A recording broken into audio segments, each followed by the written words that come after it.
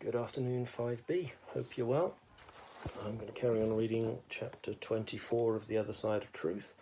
I'll put the link in the box below. So this is chapter 24, A Distant Silence. For the rest of the week, Marcia and her gang ignored Sade completely. Whenever Marcia passed her, in the dinner queue, corridor, classroom or playground, she stared right through Sade as if she wasn't there. After what had already happened, this disturbed Sade even more. She could feel herself becoming more timid, like a small creature whose eyes and ears were always in a state of alarm. If she could only be smart like the little rabbit in Mama Buki's stories, who always managed to trick the bigger animals. Of course, Mama would have advised her to ignore Marcia and her friends as much as she could, keep them out and keep out of their way. There's no medicine to cure hatred. But she could also imagine Papa saying, "That might be true, Mama, but sometimes even children have to stand up to bullies. If they don't, those bullies put on even bigger boots." If only Papa was here with them, she could confide in him. Perhaps he would know why Marcia and her gang had taken such an immediate dislike to her. She couldn't work it out. Why did they go on about Africa so much? What had Africans done to them? Or maybe they disliked her because of something else altogether. Sade's anxiety about Marcia kept growing. In her nightmares, just as Papa could not stop Mama from being shot, he could not prevent Marcia from entering their yard and pointing her accusing finger at Sade. But with each passing day, without news of their father, Sade began to feel even more fearful whenever she thought of Papa. One evening, Mama Appiah called to see them. The art college still had no news of Uncle Dele, but she had a suggestion. If they could give details of their home address, the International Red Cross might be able to help them and put them in touch with their family. Sade panicked. She'd already lied about their surname and their hometown.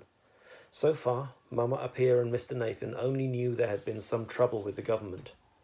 Sade was dreading the next interview with Mr. Nathan, when they had to begin filling in their asylum questionnaire. Until Papa was safely out of Nigeria, it would surely be dangerous if the Red Cross started asking questions.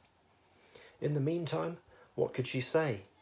It was as if she and Femi were caught inside a thicket of twine and branches with Papa somewhere outside. They dare not even shout to let him know where they were in case the noise alerted the guards who wanted to capture him. Mama Appiah must have seen the alarm in the children's faces. The children didn't have to decide right away, she said. They could think about her suggestion and tell her when she came to them to take them to Mr. Nathan. On Sunday afternoon, Sade decided to ask if they could try to ring their uncle in Lagos. They were all sitting in the sitting room, with Aunt Gracie knitting, Uncle Roy reading the weekend papers, and Femi as usual in front of the television. "Your uncle? But of course, me dear." Aunt Gracie was in the middle of a row but put down her knitting needles. Femi's face showed nothing, but Sade felt her own cheeks burning at the lie. "You'll need the code." Uncle Roy's grave eyes viewed Sade over the top of his paper. Sade nodded nervously. They'd have to pretend with Aunt Gracie just as they'd done with Mrs. Graham. In the hallway, Aunt Gracie looked on anxiously as Sade held the receiver. Femi slunk in silently beside her. A series of clicks, followed by a long silence, was suddenly broken by the sound of distant ringing. Even Femi's eyes became alert. Sade willed someone to pick up the telephone. Surely at least Joseph was there. As before, she planned to speak about Papa in Yoruba, so Aunt Gracie would not be able to understand. The ringing continued. The more Sade held on, the further away it seemed to be. Like a lighthouse flickering in the distance, so far away you might even be imagining it. Femi slouched back into the sitting room. In the end, the ringing cut off itself and Sade had to replace the receiver. Aunt Gracie put a comforting arm around her. "Never mind, we'll try later. That only means your uncle is out." But when they tried again that night, it was the same. A telephone ringing endlessly in an empty room. This time Uncle Roy joined them. He was such a tall man that the hallway felt crowded and... "Hi.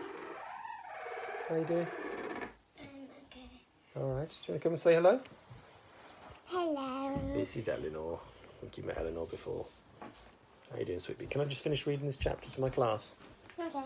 All right. Oh, God. No. Not without me, you can't. Not without you. Okay, this is Saga. I think you've met Saga.